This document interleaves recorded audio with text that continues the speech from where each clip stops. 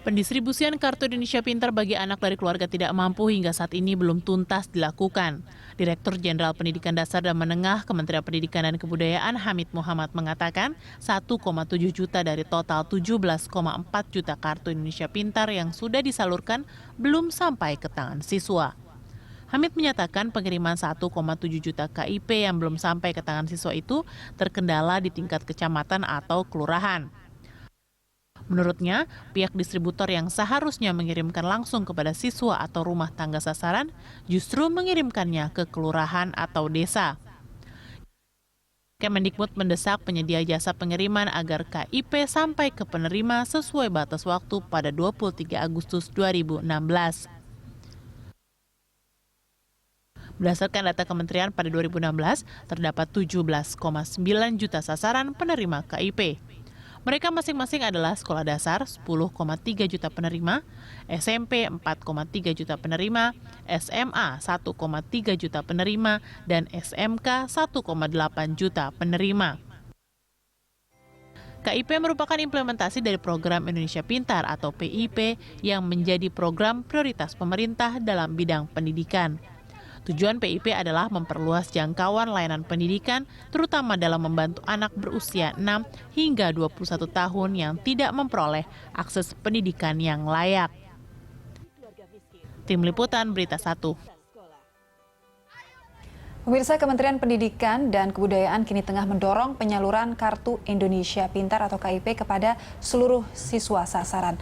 Namun masih ada 1,7 juta kartu yang belum didistribusikan. Ya, untuk membahas mengenai hal tersebut terkait dengan distribusi Kartu Indonesia Pintar, sudah hadir Menteri Pendidikan dan Kebudayaan Bapak Muhadjir Effendi.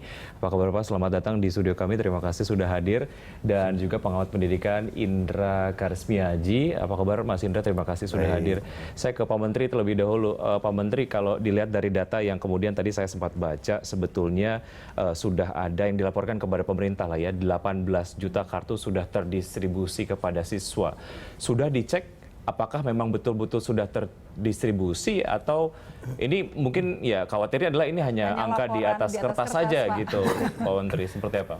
Ya, berdasarkan pemeriksaan tim dari Dikbud yang terakhir, pada hari ini memang dari 17.927.308 kartu Indonesia Pintar itu dilaporkan sudah 100% diterimakan. Pengertian diterimakan ini memang artinya banyak, bisa sampai di desa, bisa disampai ke keluarga tidak mampu, yang anaknya berada dalam rentangan usia sekolah. Tetapi kalau yang dimaksud itu adalah kartu itu sudah dibawa si anak itu ke sekolah, dan kemudian nanti bisa diproses, dicairkan menjadi dana bantuan, nah itu memang jumlahnya masih belum banyak. Terakhir kira-kira sekitar 40%. Artinya ini belum diterima langsung oleh para siswa sasaran, seperti itu ya, Pak Menteri? Iya, mungkin ada yang sudah diterima oleh siswa sasaran, tetapi siswa itu belum datang ke sekolah. Karena kartu itu baru berfungsi kalau siswa itu sudah terdaftar di sekolah, paling tidak lapor ke sekolah di mana nanti dia akan melanjutkan. Bahwa siswa tersebut sudah mendapatkan kartunya gitu ya, dan baru bisa kemudian digunakan. Oke, terkait dengan kartu yang memang belum sampai kepada siswa penerima, apa yang sudah dilakukan sejauh ini? Apakah ada update-nya Pak Menteri? Mengingat akhir Agustus kemudian ini targetnya 100% gitu ya, semua siswa yang berhak sudah bisa menerima KIP. Karena ini banyak sekali masalah ya di lapangan, dan itu wajar karena update data kan tidak juga bisa tidak bisa tepat waktu ya. Ini update-nya juga sudah berlangsung beberapa lama begitu, sehingga memang di lapangan banyak berubah gitu. Ada yang sudah meninggal, ada yang pindah. Kemudian juga kemarin koordinasi kami dengan Kementerian Dalam Negeri yang dihadiri langsung oleh Bapak Menteri Dalam Negeri, itu ternyata juga ada problem baru yang baru kita ketahui, bahwa banyak desa yang pecah.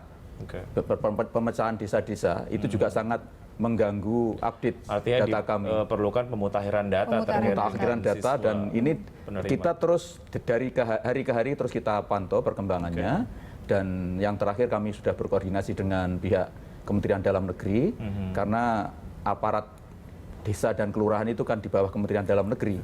Padahal kan instrumen untuk penyaluran itu melalui desa dan kelurahan. Kita tidak memiliki hubungan langsung, karena itu kemarin saya sudah mendapatkan support dari Kementerian Dalam Negeri. Mudah-mudahan lah ini akan mempercepat proses ini. Ada periode sendiri Pak untuk pemutarian mengupdate ya, mengupdate data-data dari siswa ini, ada periodenya Pak?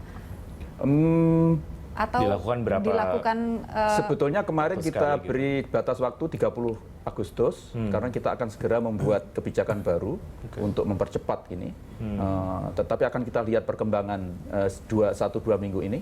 Kalau nanti kira-kira bisa ternyata lancar ini, kita akan bisa pertimbangkan kembali. Belum ratanya KIP ataupun belum semua siswa yang kemudian menjadi target penerima KIP, apakah memang karena lokasinya saja atau karena tertahan di kelurahan tadi, Pak?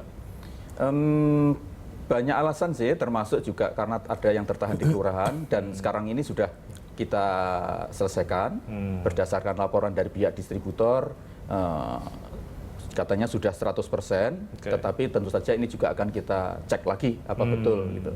Memang sudah 100%, kemudian kita juga dapat laporan bahwa yang sudah sampai di tangan keluarga yang punya anak keluarga tidak mampu yang punya anak usia sekolah itu sudah 97%. Tapi ini kan laporan dari pihak penyalur. Tentu saja kita akan cek betul di lapangan. Ke Pak Indra mungkin ya Pak Indra. Ini masih ada kartu Indonesia Pintar yang belum terdistribusi ke sasarannya. Anda melihatnya seperti apa? Kendala apa sih sebenarnya Pak yang terbesar?